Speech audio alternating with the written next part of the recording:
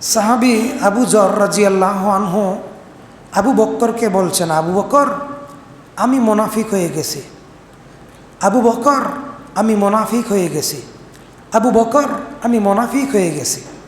আল্লাহর নামে কসম করে বলছি আমি মুনাফিক হয়ে গেছি। আবু বকর রাদিয়াল্লাহু আনহু বললেন, কেন? আবু যর বললেন, হে আল্লাহর নবীর সাহাবী, যখন আমি আল্লাহ রসুলের কাছে থাকি, যখন আমি আল্লাহ রসুলের সামনে উপস্থিত হই, তখন মনে হয় জান্নাত আমার সামনে উপস্থিত।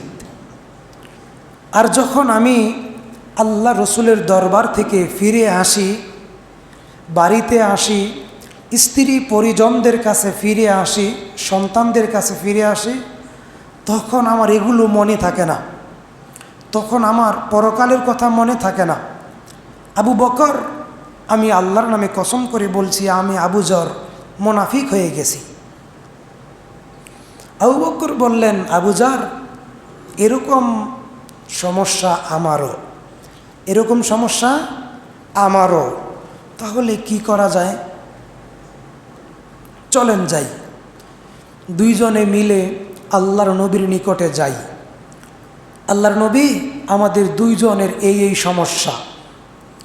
তখন আল্লাহর নবী বললেন, শোনো, তোমরা যখন আমার সামনে উপস্থিত থাকো, আমি যখন কোরআনের বর্ণনা করি, হাদিসের বর্ণনা করি, তখন তোমাদের মানসিক অবস্থা যেই রকম থাকে, সবসময় যদি তোমাদের মানসিক অবস্থা এই রকম থাকতো, তাহলে তোমাদের সাথে আল্লাহর ফেরেশতারা মোলাকাত করত, আলিঙ্গন করত এবং মুসাফাহা করত।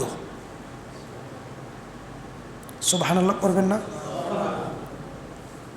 কাজেই সবসময় আমাদের অবস্থা, মানসিক অবস্থা একরকম থাকবে না। এই অধ্যায় এই